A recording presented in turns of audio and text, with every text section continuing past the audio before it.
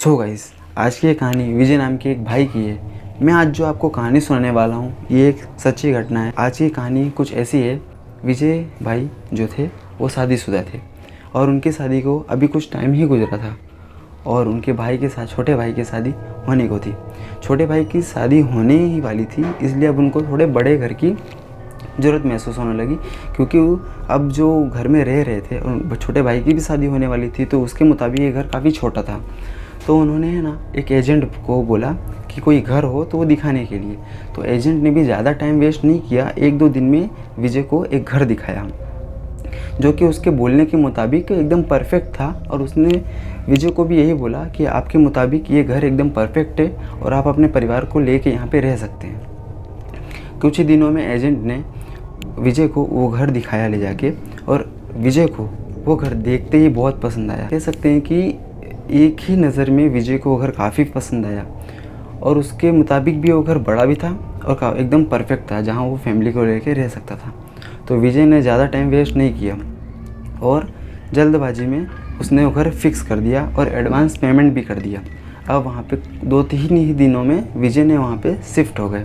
So guys, अभी तक इस कहानी में वो घर में विजय कैसे कब पहुँचा यही बताया, लेकिन उस घर ने अपना असली रंग अब दिखाना शुरू किया था, क्योंकि उस घर में विजय और उसकी फैमिली का पहला ही दिन था और उसकी वाइफ घर के कुछ पुराने सामान थे जिनको वो साफ़ कर रही थी। उसको सीढ़ी पर कोई औरत जाते हुए दिखी।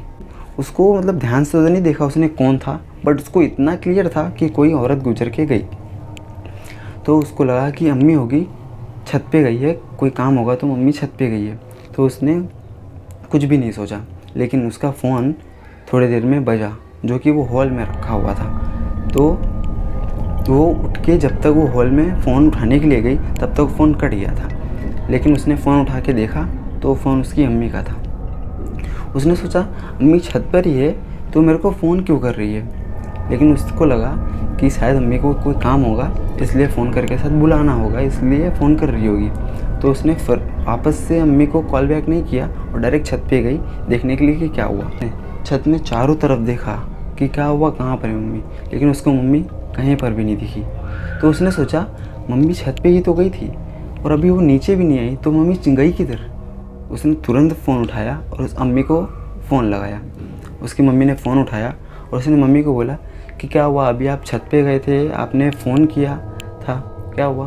तो उसकी मम्मी ने बोला कि अरे मैं तो तेरे को बिना बताए बाज़ार गई हुई थी और मैं बाज़ार आई थी, कुछ सामान लाना हो तो मुझे बता, इसलिए मैंने तुझे कॉल किया था।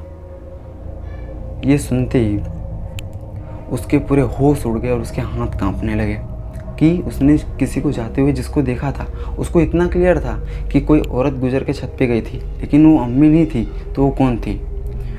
विजय जैसे ही शाम को घर पे वापस आता है तो उसकी पत्नी ने उसको सब कुछ बताया कि उसको ऐसा हुआ था। तो विजय ने उसको बोला कि शायद ये तुम्हारा वहम होगा, और ये वहम बोल के उसने उस बात को वहाँ पे टाल दी। फिर उस दिन के बाद से सिर्फ एक ही दिन गुजरा था। दूसरे दिन उसकी मम्मी किचन में काम कर रही थी।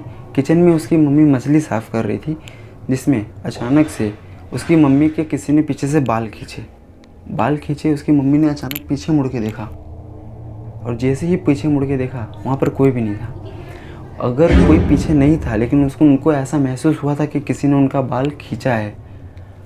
और जैसे ही उन्होंने पीछे मुड़ के देखा कोई नहीं था तो वो पूरी तरह से घबरा गई, लेकिन उन्होंने इनमें से कोई भी बात विजय को नहीं बताई। अभी कुछ ही दिन 1-2 दिन गुजरे थे अम्मी के साथ और उसकी वाइफ के साथ, ये दोनों चीज़ें हो चुकी थी। 2-3 दिन गुजरे थे और तभी विजय की वाइफ की पिताजी की तबीयत ख़राब हो गई और उनकी माता का फ़ोन आया था कि आप आ जाओ थोड़े दिन के लिए घर पे देखने के लिए इनको। विजय अपने काम की वजह से वहाँ पे नहीं जा पा रहा था, इसलिए उसने अपनी वाइफ को वहाँ पे भेजा कि मैं नहीं आ पाऊँगा, तुम जाओ देख। और उसी दिन रात को विजय जब खाना वाना खा के अपने बेडरूम में जाके लेटा ही था, उसको नींद नहीं आ रही थी, वो लेटा ही था। वो सिर्फ लेटे लेटे सोच ही रहा था और उसको रात के कुछ आधे ही रात हो रही थी और उसको प्यास लगी और उसने किचन में सोचा जाके पानी पीने के लिए, और उसने उठने की कोशिश की तो वो नहीं उठ पा रहा था। उसको ऐसा महसूस हो रहा था कि उसको चारों तरफ से किसी ने जकड़ के रखा है, कोई रूहानी ताकत है और उसको उठने नहीं दे रही है। उसको अच्छे से ये महसूस हो रहा था कि वो उठ रहा है पर वो उठ नहीं पा रहा है, किसी ने उसको जकड़ के रखा है।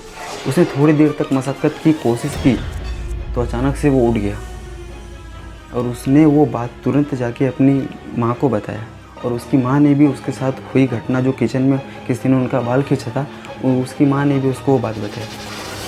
उस दिन के बाद से वो विजय और उसके परिवार का आखिरी दिन था।